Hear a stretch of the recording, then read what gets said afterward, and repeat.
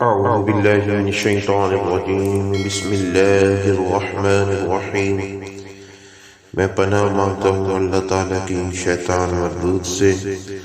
اللہ تعالیٰ کے نام سے شروع کرتا ہوں جو بڑا مہربان اور نہایت رحم کرنے والا ہے۔ اللہم صلی علی سیدنا و مولانا محمد و اطرتہ بعدد کل معلوم لک۔ آج کے سبق میں ہم سورۃ البقرہ کی آیت نمبر 3 اور 4 اس کا ترجمہ اور تفسیر پڑھیں گے انشاءاللہ۔ الذین یؤمنون بالغیب ویقیمون الصلاة ومما رزقناہم ينفقون، جو غیب پر ایمان لاتے اور نماز کو تمام حقوق کے ساتھ قائم کرتے ہیں، اور جو کچھ ہم نے انہیں عطا کیا ہے اس میں سے ہماری راہ میں خرچ کرتے ہیں۔ یہاں سے المفلحون تک ان متقین کی علامات بیان کی گئی ہیں جو قرآن کی ادائی سے پیروار ہوتے ہیں۔ ان کی پہلی علامت یہ ہے کہ وہ غیب پر ایمان لاتے ہیں۔ ایمان کا معنی ہے محکم یقین، اور غیب ہر اس چیز کو کہتے ہیں جو ظاہری حواس کی رسائی سے بلند اور عقل کی سمجھ سے بالا تر ہو، مثلا وحی، فرشتے، قیامت، جنت، دوزخ اور خود ذات الہی۔ یہ سب ایسی چیزیں ہیں جو نہ آنکھوں سے دیکھی جا سکتی ہیں اور نہ عقل سے سمجھی جا سکتی ہیں۔ ان کے جاننے کا فقط ایک ہی ذریعہ ہے، اور وہ نبی کریم صلی اللہ علیہ وآلہ وسلم کی ذات گرامی ہے۔ اس کی زبان حق ترجمان سے جو کچھ نکلے اس پر انسان محکم یقین رکھے۔ اس لیے ایمان بالغیب کو تقوی کی اولین شرط قرار دے دیا گیا ہے۔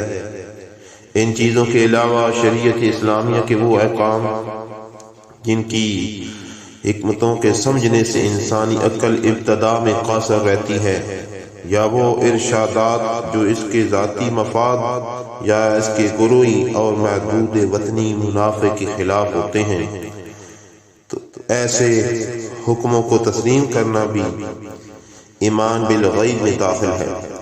یعنی نبی کی بتائی ہوئی ہر چیز کو سچا جانے اور نبی کے ارشادات کے مفید اور نفع مند ہونے اسے اس درجہ یقین ہو کہ ان تمام رکاوٹوں کے باوجود وہ ان کو عملی جامہ پہنانے پر آمادہ ہو۔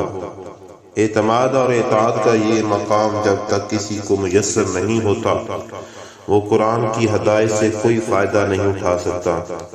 تو معلوم ہوا کہ متقی کی پہلی علامت یہ ہے کہ وہ حضور نبی کریم صلی اللہ علیہ وآلہ وسلم کی بتائی ہوئی تمام چیزوں پر محکم یقین رکھتا ہے۔ یہ متقین کی دوسری علامت ہے۔ قرآن میں یہ حکم کہیں نہیں کہ نماز پڑھا کرو، بلکہ جب بھی فرمایا تو یہی کہ نماز قائم کرو۔ نماز قائم کرنے کا مطلب یہ ہے کہ نماز کو تمام حقوق ظاہری اور باطنی کے ساتھ ادا کرو۔ نماز کے ظاہری حقوق تو یہ ہیں کہ سنت نبوی کے مطابق تمام ارکان بجا لائے جائیں، اور باطنی حقوق یہ ہیں کہ تو خضوع و خشوع میں ڈوبا ہوا ہو اور احسان کی کیفیت طاری ہو، یعنی تو محسوس کر رہا ہو کہ کان ترا گویا تو اپنے معبود کو دیکھ رہا ہے، ورنہ کم از کم اتنا تو ضرور ہو کہ فانا یراک کہ تیرا رب فإن یراک کہ تیرا رب تجھے دیکھ رہا ہے۔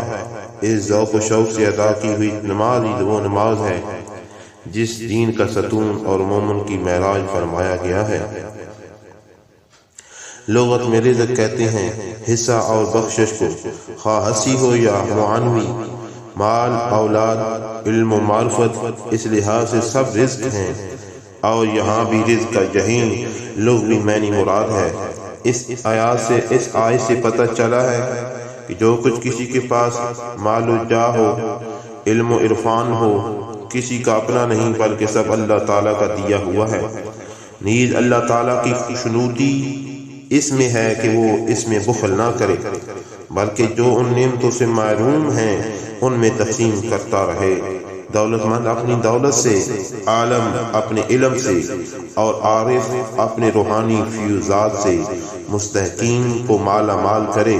یہ فیض عام متقین کی تیسری علامت ہے۔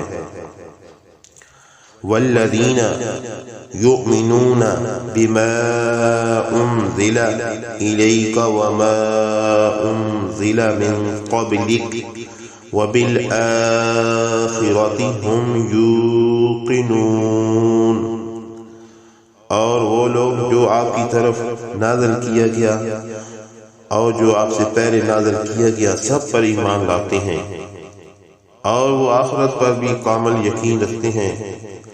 اس سے یہ بات واضح ہو گئی کہ وہ لوگ جو انسانی رشد و ہدایت کے لیے آسمانی وحی کے قائل ہی نہیں بلکہ اپنی عقل کو ہی اپنی رہنمائی کے لیے کافی سمجھتے ہیں، یا وحی کے قائل تو ہیں لیکن بعض کو ماننے میں اور بعض کا انکار کرتے ہیں، وہ قرآنی ہدایت سے فائدہ نہیں اٹھا سکتے۔